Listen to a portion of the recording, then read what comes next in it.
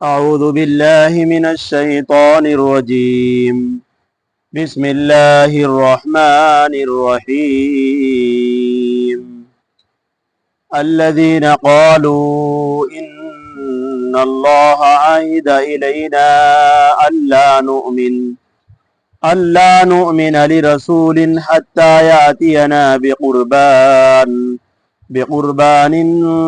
تأكله النار قل قد جاءكم رسل من قبلي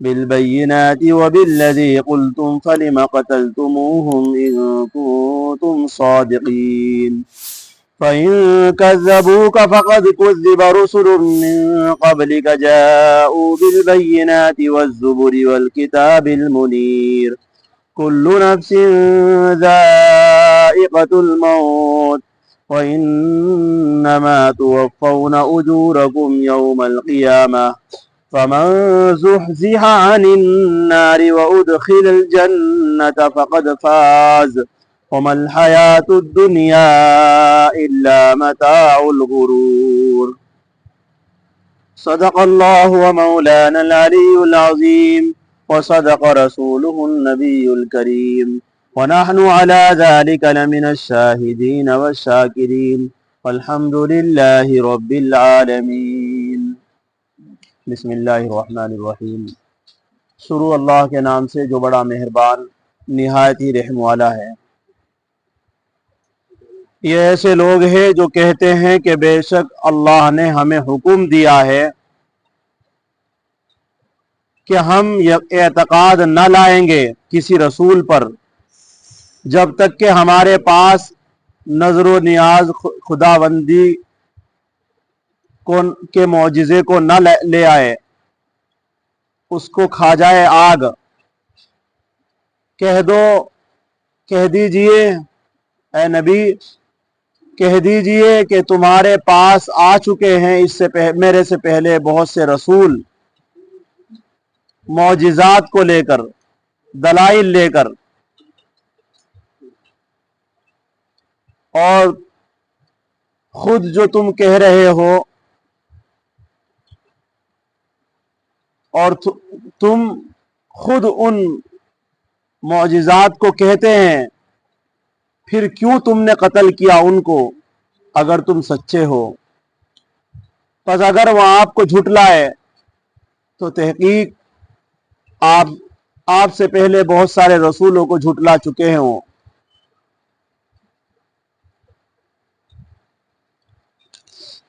جو لائے تھے معجزات، صحیفے اور روشن کتابیں، جو لے کر آئے تھے معجزات، صحیفے اور روشن کتابیں، ہر جاندار کو موت کا مزہ چکھنا ہے۔ پھر تمہیں تم کو پوری پاداش کا بدلہ دیا جائے گا قیامت کے دن۔ پھر جو شخص آگ سے بچ گیا اور داخل کر دیا گیا جنت میں، پھر وہ تو بس پورا کامیاب ہو گیا۔ اور دنیاوی زندگی نہیں ہے مگر دھوکے کا سودا، دنیاوی زندگی نہیں ہے مگر دھوکے کا سودا ہے۔ قرآن مقدس کی آپ حضرات سورہ آل عمران سن رہے ہیں، اور سورہ آل عمران کی آیت نمبر 183 اور 184 185 تین آیت آپ حضرات کے سامنے تلاوت ہے۔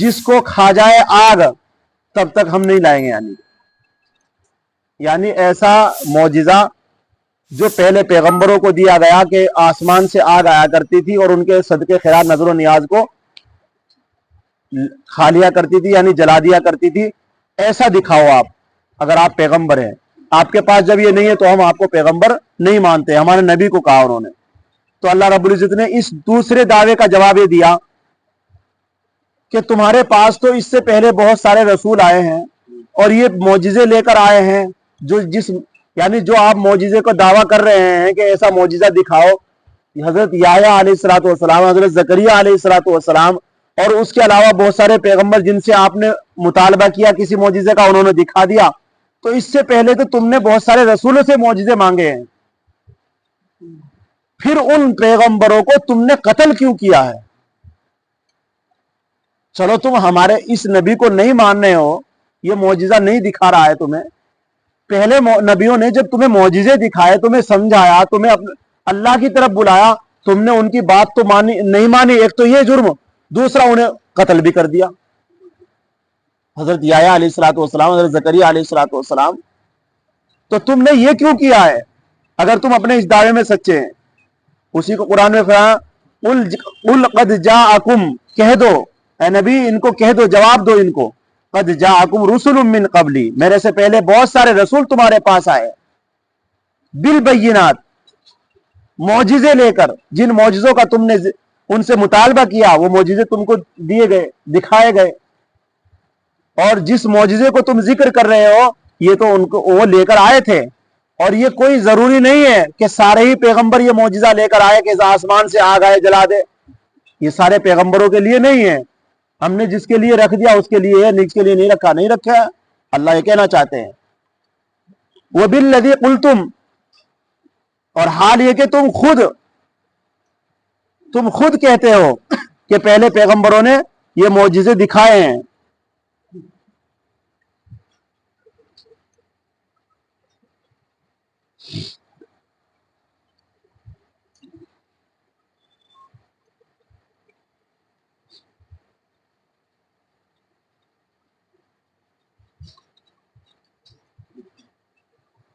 اور خود یہ معجزہ بھی فَإِن كَذَّبُوكَ وَبِالَّذِي قُلْتُمْ, اور خود یہ معجزہ یعنی جس کا تم نے مطالبہ کیا آسمان سے آگ آنا جلا دینا, قُلْتُمْ جس کو تم کہہ رہے ہو یہ بھی لے کر آئے ہو, پھر بھی تم نے مانا نہیں.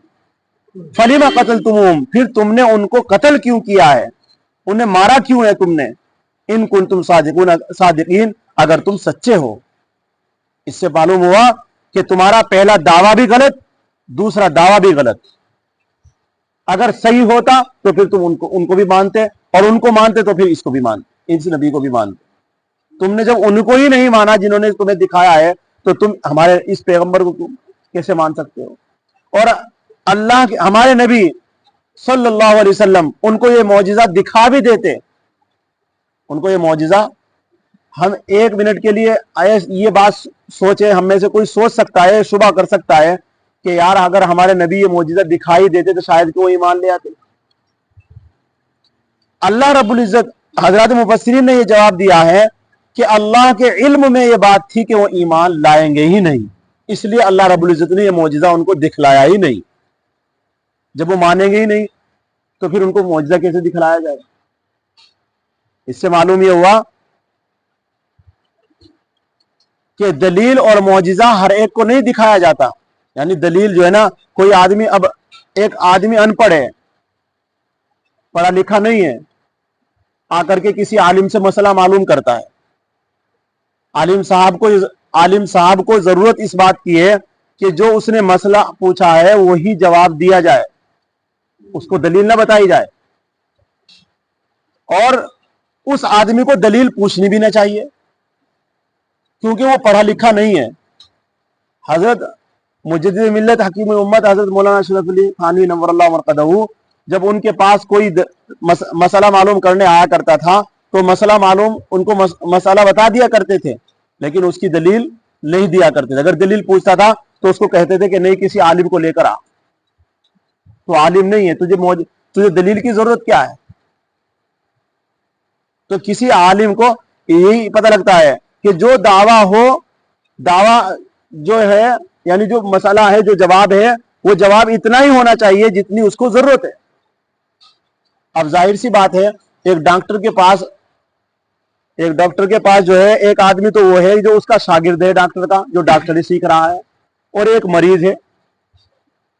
تو ڈاکٹر کا جو شاگرد ہے وہ تو پوچھ سکتا ہے کہ جی یہ آپ نے جو ٹیبلٹ لگائی ہے یہ کیوں لگائی ہے آپ نے, اور ڈاکٹر اس کے سامنے تقریر بھی کرے گا اس کی. کیوں؟ اس لیے کہ وہ کام سکھا رہا ہے اس کو, وہ سمجھے گا اس بات کو. اور اگر مریض پوچھنے لگے جی آپ نے یہ ٹیبلٹ لگائی کیوں ہے, تو یہ اس کا مریض کا پوچھنا ڈاکٹر سے یہ ٹیبلٹ کیوں لگائی ہے یہ بات غلط ہے, کیونکہ اسے سمجھا نہیں سکتا, اسے بتا نہیں سکتا. ڈاکٹر کے اس کی دلیل بھی وہ سمجھ میں نہیں آئے گی کہ کیوں لگائی ہے, اس لیے اس کو پوچھنا بھی نہیں چاہیے. تو جو عوام ہے, عوام تو ایک مریض کی طرح ہے عالم کے سامنے, اسے دلیل پوچھنی ہی نہ چاہیے. لیکن آج کل کیا ہے, ہر ایک آدمی دلیل کے پیچھے پڑ رہا ہے کہ جی یہ مسئلہ ہے تو اس کی دلیل کیا ہے. ارے بھائی جو مسئلہ بتا دیا گیا کسی عالم کی زبان سے یا کسی جو افتاء میں سے دارالفتاء سے جو فتویٰ آ گیا ہے بس اس کے اوپر عمل کرو. جی یہ کہاں لکھا ہوا ہے, یہ کہاں ہے, کہاں سے ثابت کیا ہے, اس کی ضرورت کیا ہے؟ تو تو مریض ہے, تجھے تو دوائی کی ضرورت ہے, دوائی کھا لے گا تو ٹھیک ہو جائے گا, تو پوچھ تاچھ میں رہے گا تو بیمار ہو کر اور مر جائے گا. تو اس لیے یہ بات الگ سے آ گئی تھی میرے ذہن میں, اس لیے میں نے آپ کو بتا دی ہے. قرآن کریم بھی اسی بارے میں بتلا رہا ہے کہ جو پہلا دعویٰ وہ غلط ہے, کوئی دلیل ہی نہیں ہے. اس لیے اللہ نے دلیل دی بھی نہیں ان کو, انہیں ضرورت ہی نہیں, جب وہ مانیں گے ہی نہیں اور انہیں سمجھ میں نہیں آئے گی تو اس لیے ان کو بتائی بھی نہیں. دوسری جو دعویٰ ہے ان کا, اس کی دلیل, اس کا جواب دے دیا ہے کہ تم نے پہلے پیغمبروں کی بات نہیں مانی تو اس کی کیسے مانو گے, تمہیں معجزہ دکھلا کر ہی کیا فائدہ ہوگا. آگے فرمایا اب جب وہ نئی بات مانتے تھے ظاہر سی بات ہے ہمارے نبی کے دل میں تکلیف ہوگی, بھائی رنج ہوگا. آپ کسی کو سمجھا رہے ہو اور وہ نہیں سمجھے تو آپ کے دل میں رنج تو ضرور ہوگا. تو ہمارے نبی کو رنج ہوتا تھا اس بات پر جب وہ نہیں مانتے تھے. تو اللہ رب العزت نے تسلی دی ہے, فَإِن كَذَّبُوكَ, اے نبی پس اگر آپ کو جھٹلا رہے ہیں, آپ کی تکذیب کر رہے ہیں, آپ کو جھوٹا نبی بتا رہے ہیں, فَقَدْ كُذِّبَ رُسُلٌ مِّن قَبْلِكَ, آپ سے پہلے بہت سارے رسولوں کو یہ جھٹلا چکے ہیں. یہ ایسے ہی لوگ ہیں, اس لیے آپ زیادہ غم نہ کریں, ان کے پیچھے نہ پڑے. جاؤ بالبینات, جو لے کر آئے بہت سارے معجزے, ایسے رسول جو بہت سارے معجزے لے کر آئے, والزبری, اور صحیفے لے کر آئے, کتابیں لے کر آئے, صحیفے, والکتاب المنیر, اور روشن کتابیں, انجیل, زبور, توریت, بڑی بڑی کتابیں اللہ رب العزت نے ان کے سامنے انہیں پیش کی ہے, لیکن انہوں نے ان کی بات نہیں مانی ہے تو آپ کی مان, اس لیے آپ ان کے پیچھے نہ پڑے. آپ نے جو کہہ دیا بس اپنا کام کیجیے, آگے کیجیے, لوگوں کو سمجھائیے. کل نفس ذائقۃ الموت, اللہ رب العزت نے اب ایک عوامی جواب دیا ہے ان کو کہ چلو یہ نہیں ماننے کوئی بات نہیں, آخر کل نفس ذائقۃ الموت, موت سے بچ کر کہاں جائیں گے؟ آج یہ ہمارے نبی کی بات نہیں, ہماری بات نہیں مان رہے ہیں, یہ کہاں جائیں گے بچ کر کے؟ کل نفس ذائقۃ الموت, ہر جاندار کو موت کا مزہ چکھنا ہے, موت سب کو کھینچ کر لے آئے گی میرے پاس. وَإِنَّمَا تُوَفَّوْنَ أُجُورَكُمْ يَوْمَ الْقِيَامَةِ, پھر جس آدمی نے بھلا کیا کام یا برا کیا کام اس کو پورا پورا اس کو بدلہ ملے گا. جس نے بھلا کیا اس کو جنت کی شکل میں اجر و ثواب اور انعام ملے گا, اور جس نے برا کیا ہے اسے قیامت کے دن سزا کی شکل میں, جہنم کی شکل میں, اللہ کی ناراضگی کی شکل میں اس کو بدلہ ملے گا. تو فرمایا کل نفس ذائقۃ الموت, ہر جاندار کو موت کا مزہ چکھنا ہے.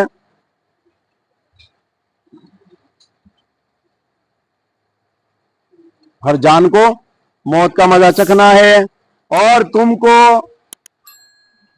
تم کو پورا پوری پاداش کا بدلہ ملے گا یوم قیامت کے دن. یعنی جو تم نے برے کام کیے, بھلے کام کیے, وہ سب کا بدلہ کہاں ملے گا؟ قیامت کے دن پورا. اس سے پتہ چلا کہ دنیا میں ملتا ہے کچھ, قبر میں